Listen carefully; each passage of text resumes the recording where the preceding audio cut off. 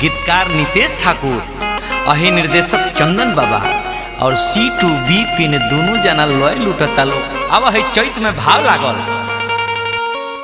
राम पिया पिया रटते और पियर भइले देहिया, पियर भइले देहिया।